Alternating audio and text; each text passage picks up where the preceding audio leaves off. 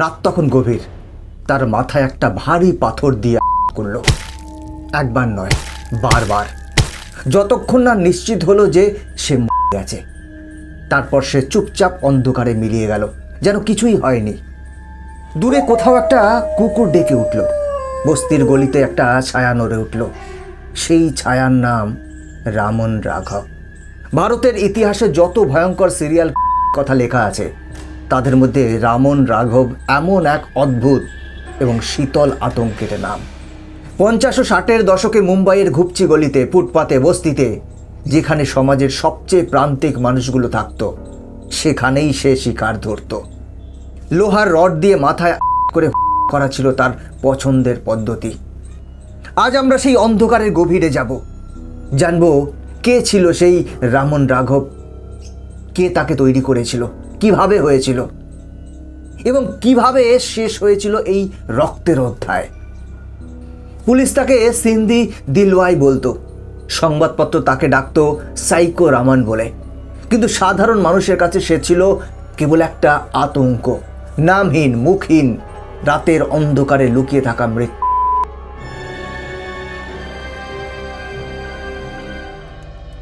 1919 সাল, ব্রিটিশ শাসনাধীন ভারত। বোম্বে শহর তখন ধীরে ধীরে আধুনিকতার দিকে এগোচ্ছে, কিন্তু তার তলায় চাপা পড়ে আছে লক্ষ লক্ষ মানুষের যন্ত্রণা। এই শহরেই জন্ম নিল এক শিশু, রামন রাঘব। সে ছিল সিন্ধি পরিবারের সন্তান। তার পরিবার কতটা গরিব ছিল সেটা বোঝার জন্য বলা দরকার যে তারা থাকতো বস্তির সবচেয়ে ছোট ঘরে। বাবা ছিলেন মাতাল এবং হিংসাত্মক মানুষ। মায়ের কথা তেমন একটা জানা যায় না, তবে বোঝা যায় যে পারিবারিক পরিবেশ ছিল চরম অস্থির। শৈশবেই রামন দেখেছে সহিংসতা, দারিদ্র্য এবং অবহেলা। মনোবিজ্ঞানীরা পরে বলেছিলেন রামনের মস্তিষ্কে সম্ভবত জন্মগত কিছু সমস্যা ছিল। সে ছিল সাইকোপ্যাথ, যে মানুষের কষ্ট অনুভব করতে পারে না, যার মনে সহানুভূতি নেই, যে তার নিজের কাজের পরিণাম নিয়ে চিন্তা করে না। কিন্তু পরিবেশ তাকে আরও ধারালো করেছিল। একটা ভাঙা পরিবার, একটা নিষ্ঠুর সমাজ, এই দুইয়ের মিশেলে তৈরি হচ্ছিল এক ভয়ঙ্কর সত্তা। ছোটবেলায় রামন ছিল অদ্ভুত। সে বন্ধু বানাতে পারত না, স্কুলে যেত না বললেই চলে, রাস্তায় ঘুরে বেড়াতো। প্রাণীদের প্রতি সে ছিল নৃশংস। পাখি, বিড়াল, কুকুর যা পেত তাকেই করত। মনোবিজ্ঞানের ভাষায় এটাকে বলে ম্যাকডোনাল্ড ট্রায়াড। সিরিয়াল শৈশবের 3টি লক্ষণের একটি। কিশোর বয়সে সে প্রথম বড় অপরাধ করে, চুরি, তারপর মারামারি। মুম্বাইয়ের পুলিশ তাকে প্রথমবার গ্রেপ্তার করেছিল সেই সময়, কিন্তু সে ছিল নাবালক, তাই ছেড়ে দেওয়া হয়েছিল। এই ছেড়ে দেওয়াটাই হয়তো অনেক নির্দোষ মানুষের কারণ হয়ে দাঁড়িয়েছিল।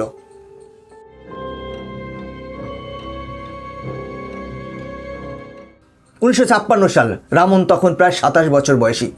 মুম্বাইয়ের এক ঘুপচি গলিতে রাতের অন্ধকারে সে প্রথমবার ফেলল একজন মানুষকে। শিকার ছিল ফুটপাতে ঘুমিয়ে থাকা এক অচেনা ভিখারি। রামন তার মাথায় একটা ভারী পাথর দিয়ে করল, একবার নয় বারবার, যতক্ষণ না নিশ্চিত হলো যে সে গেছে। তারপর সে চুপচাপ অন্ধকারে মিলিয়ে গেল, যেন কিছুই হয়নি।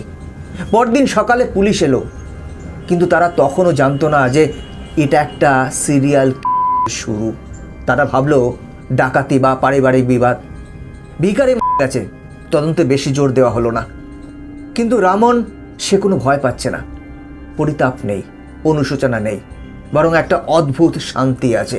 সে আবার করবে, এবং সে করল। পরের কয়েক মাসে একের পর এক মৃতদেহ পাওয়া যেতে লাগলো মুম্বাইয়ের ফুটপাতে, বস্তিতে, নির্জন জায়গায়। প্রতিটি ক্ষেত্রে একই ধরন, মাথায় ভোঁতা কিছু দিয়ে। ভুক্তভোগীরা প্রায় সবাই নিম্ন বর্গের মানুষ, যারা ঘুমিয়ে থাকতো খোলা আকাশের নিচে। মুম্বাই পুলিশ বিভ্রান্ত, একই ধরনের হচ্ছে, কিন্তু কোনো সূত্র নেই, কোনো সাক্ষী নেই, কোনো উদ্দেশ্য নেই। টাকা পয়সা লুট হচ্ছে না, কোনো ব্যক্তিগত শত্রুতা নেই। এই যেন শুধু জন্য।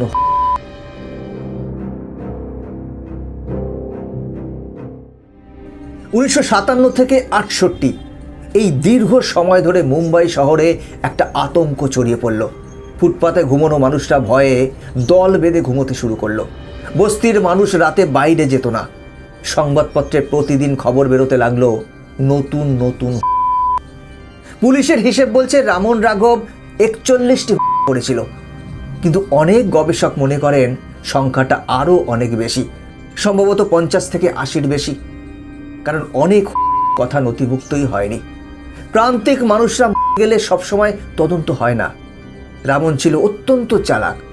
সে কখনো একই এলাকায় বারবার করতো না, এলাকা পরিবর্তন করত। কখনো দক্ষিণ মুম্বাই, কখনো ধারাবি, কখনো চেম্বুর, কখনো কুর্লা। তাকে ধরা ছিল প্রায় অসম্ভব। তার পোশাক ছিল ময়লা এবং ছেঁড়া। সে নিজেই দেখতে লাগতো ফুটপাতের বাসিন্দাদের মতো, তাই সে সহজেই মিশে যেত শিকারের ভিড়ে। কেউ তাকে সন্দেহ করতো না। সে কথা বলতো কম, রাতের বেলা একা ঘুরতো। একবার একজন বেঁচে যাওয়া ব্যক্তি পুলিশকে বলেছিল, সে আমার পাশে এসে বসেছিল, কিছুক্ষণ চুপচাপ থাকলো, তারপর হঠাৎ মেরে দিল। চোখে কোনো আবেগ ছিল না, একদম ফাঁকা। এই ফাঁকা চোখ, এটাই রামন রাঘবের সবচেয়ে ভয়ঙ্কর বৈশিষ্ট্য ছিল। মুম্বাইয়ের তৎকালীন পুলিশ কমিশনার একটি বিশেষ তদন্ত দল গঠন করলেন, কিন্তু রামনকে ধরা যাচ্ছিল না। সে যেন ভূত, কোথা থেকে আসে কোথায় যায় কেউ জানে না।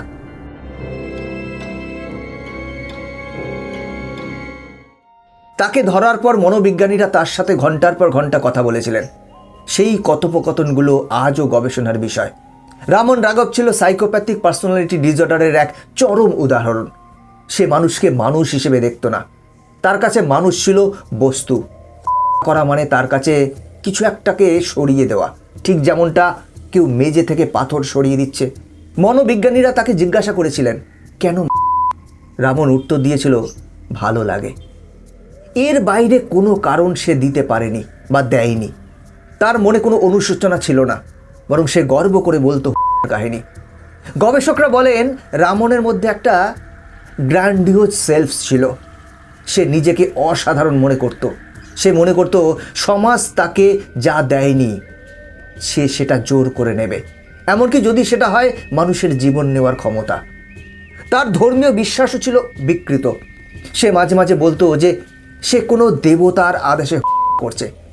গবেষকরা এটাকে রিলিজিয়াস ডিলিউশন বলছেন, যেখানে মানসিক রোগী ধর্মকে তার অপরাধের যুক্তি হিসেবে ব্যবহার করে।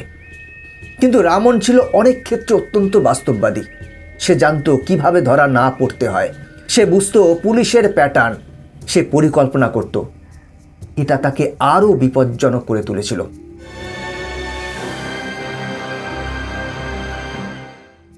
রামনের গুলোর মধ্যে কিছু ছিল বিশেষভাবে নৃশংস। সেগুলো পুলিশের মনে গভীরে ছাপ ফেলেছিল। একবার সে একটি পুরো পরিবার করেছিল, মা বাবা এবং ছোট শিশু।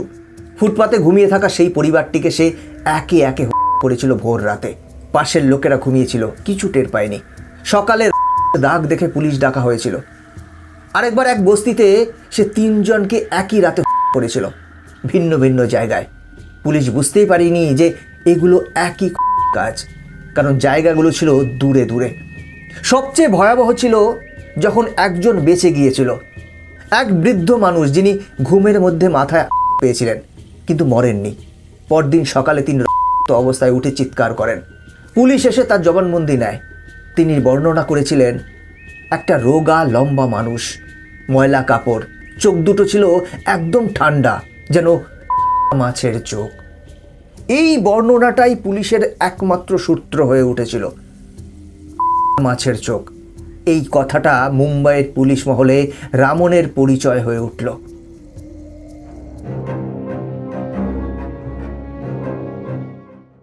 1968 সালের কথা। মুম্বাই পুলিশ তখন মরিয়া। প্রতিদিন সংবাদপত্রে চাপ আসছে, সরকার প্রশ্ন করছে, সাধারণ মানুষ ভয়ে আছে। পুলিশ একটা নতুন কৌশল নিল। তারা বস্তি এবং ফুটপাতের এলাকাগুলোতে সাদা পোশাকে পুলিশ মোতায়েন করল। রাতের বেলা 1-2 জন করে ঘুমানোর ভান করে সেখানে পড়ে থাকত। একটা রাতে চেম্বুর এলাকায় পুলিশের ফাঁদে পড়ল সে। রামন একজন ঘুমন্ত মানুষের কাছে এগিয়ে এলো, কিন্তু সেই ঘুমন্ত মানুষটি আসলে পুলিশ অফিসার ছিলেন। রামন করার আগেই পুলিশ লাফিয়ে উঠল। চারদিক থেকে আরও পুলিশ এলো।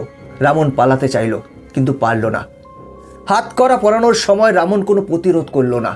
সে শুধু হাসল, একটা ঠান্ডা শূন্য হাসি, যেন সে জানতো এটা হবে এবং তাতে তার কিচ্ছু যায় আসে না। পুলিশ স্টেশনে নিয়ে যাওয়ার পর জিজ্ঞাসাবাদ শুরু হলো। রামন প্রথমে চুপ ছিল, কিন্তু এক সময় সে কথা বলতে শুরু করলো এবং যা বলল তা পুলিশকে হতবাক করে দিল। সে নিজেই স্বীকার করলো তার গুলো একটা একটা করে। তারিখ মনে নেই, জায়গা মনে নেই, কিন্তু ঘটনাগুলো সে মনে রেখেছিল। প্রতিটি বিবরণ দিল সে নির্বিকারে, যেন গল্প বলছে। পুলিশ অফিসাররা পরে বলেছিলেন, আমরা অনেক অপরাধীর জিজ্ঞাসাবাদ করেছি, কিন্তু রামন ছিল আলাদা। তার মুখে কোনো ভয় নেই, দুঃখ নেই, সে যেন বীরত্বের কথা বলছে।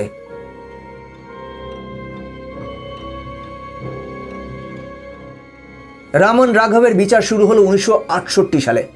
আদালতে তাকে নিয়ে আসা হলে মুম্বাইয়ের মানুষ দেখতে এলো, এই সেই দানব। এটাই কি সেই মানুষ যে এত রাতে এত মানুষ? রামন ছিল একজন সাধারণ চেহারার মানুষ, রোগা, লম্বা, ময়লা চামড়া, কিন্তু তার চোখ, সেই চোখ দেখে মানুষ শিউরে উঠত, একদম নিষ্পলক, কোনো আবেগ নেই। তার উকিল মানসিক অসুস্থতার যুক্তি তুললেন, বললেন রামন সুস্থ মস্তিষ্কের মানুষ নয়, তাই তার মৃত্যুদণ্ড দেওয়া উচিত নয়। আদালত মনোবিজ্ঞানীদের মতামত নিল। মনোবিজ্ঞানীরা রামনকে সাইকোপ্যাথ হিসেবে চিহ্নিত করলেন। মানসিকভাবে অসুস্থ, কিন্তু বাস্তব সম্পর্কে সচেতন। এই সূক্ষ্ম পার্থক্যটাই তার ভাগ্য নির্ধারণ করল। আদালত রায় দিল দণ্ড নয়, আজীবন কারাবাস। রামনকে পাঠানো হলো ইয়েরওয়াদা কেন্দ্রীয় কারাগারে। কারাগারে রামন ছিল অস্বাভাবিক রকম শান্ত, কারোর সাথে ঝামেলা করতো না, নিজের মতো থাকতো, কখনো কখনো নিজের মনে কথা বলতো। রক্ষীরা তাকে ভয় পেত। এর মধ্যে একটা অদ্ভুত ঘটনা ঘটল। কারাগার থেকে রামন পালিয়ে গেল। হ্যাঁ, সত্যিই পালিয়ে গেল। এটা ছিল ভারতের ইতিহাসের অন্যতম লজ্জাজনক কারাগার পলায়ন।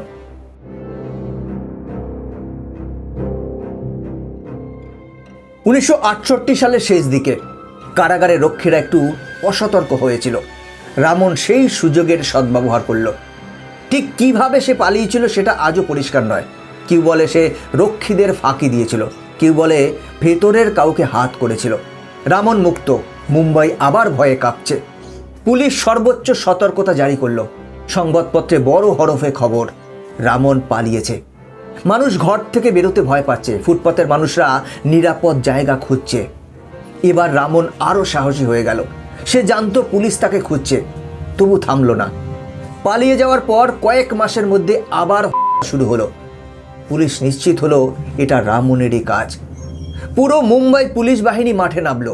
প্রতিটি বস্তি, প্রতিটি ফুটপাত, প্রতিটি সন্দেহজনক এলাকায় টহল শুরু হলো। পুরস্কার ঘোষণা করা হলো রামনকে ধরিয়ে দেওয়ার জন্য। শেষ পর্যন্ত 1968 সালেই কয়েক মাসের মধ্যে রামন আবার ধরা পড়ল। এবার তাকে সর্বোচ্চ নিরাপত্তায় কারাগারে পাঠানো হলো।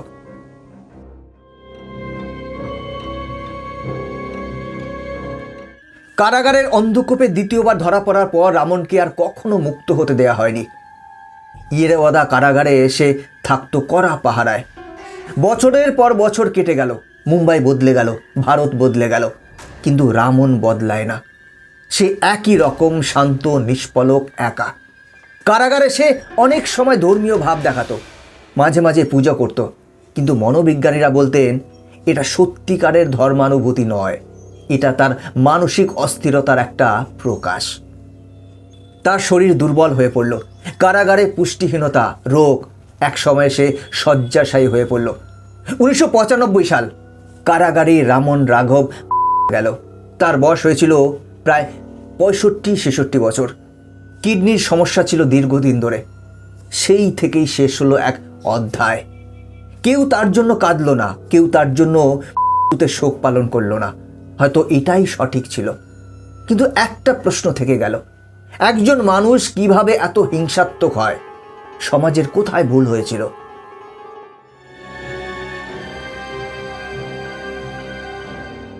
রামন রাঘবের গল্প শুধু একজন গল্প নয়, এটা একটা সমাজের গল্প, যে তার সবচেয়ে দুর্বল মানুষগুলোকে রক্ষা করতে পারেনি।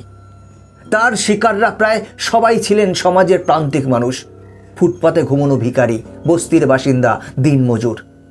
এই মানুষগুলোর মৃত্যু অনেক সময় খবরেও আসেনি, পুলিশ তদন্ত করেনি, সমাজ মাথা ঘোরায়নি। রামন এই দুর্বলতাকে কাজে লাগিয়েছিল। সে জানতো দরিদ্র মানুষের মৃত্যু নিয়ে সমাজ বেশি ভাবে না। এটা তাকে দীর্ঘদিন ধরা না পড়তে সাহায্য করেছিল। মনোবিজ্ঞানের দৃষ্টিতে রামন রাঘব ছিলেন একজন অর্গানাইজড। সে পরিকল্পনা করে সতর্কভাবে কাজ করে এবং প্রমাণ নষ্ট করে। একই সাথে তিনি ছিলেন হেডোনিস্টিক, যে আনন্দ পায়। ভারতের আইনি ব্যবস্থাও এই ঘটনায় প্রশ্নের মুখে পড়েছিল। মানসিক রোগীদের বিচার প্রক্রিয়া, কারাগার থেকে পালানোর ঘটনা, এগুলো ব্যবস্থার দুর্বলতা প্রকাশ করেছিল। কিন্তু সবচেয়ে বড় প্রশ্ন, যদি রামনের শৈশবে কেউ তার সমস্যা চিনতে পারত, যদি সঠিক চিকিৎসা হতো, তাহলে কি এত মানুষের এড়ানো যেত? এই প্রশ্নের উত্তর ইতিহাস দিতে পারেনি।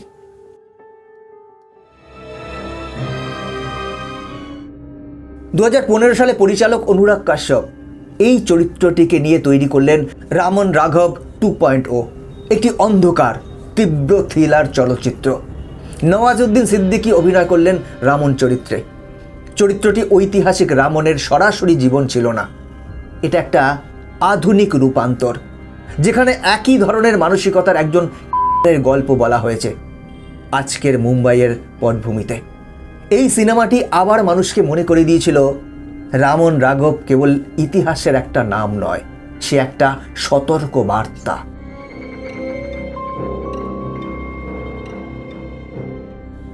রামন রাঘবের গল্প শেষ হয় কারাগারের একটা অন্ধকার ঘরে, একাকী মৃত্যুতে। কিন্তু তার গল্পের প্রভাব শেষ হয়নি। রামন রাঘব মারা গেছে, কিন্তু যে পরিস্থিতি তাকে তৈরি করেছিল, সেই পরিস্থিতি কি বদলেছে? এই প্রশ্নটা আজও প্রাসঙ্গিক। মুম্বাইয়ের ফুটপাতে আজও লক্ষ লক্ষ মানুষ ঘুমোয়। তারা আজও প্রান্তিক, তারা আজও অরক্ষিত। রামন রাঘবের ইতিহাস তাই কেবল অতীত নয়, এটা একটা আয়না যেখানে আমরা নিজেদের দেখতে পাই। বন্ধুরা, এটাই ছিল রামন রাঘবের গল্প, মুম্বাইয়ের অন্ধকারের দানব। আপনারা যদি এই ধরনের সত্যিকারের অপরাধের ইতিহাস নিয়ে আরও জানতে চান, আমাদের কমেন্ট করে জানান, এবং কমেন্টে জানান পরবর্তী কোন বিষয়ে আপনি জানতে চান। ভালো থাকবেন, সাথে থাকবেন।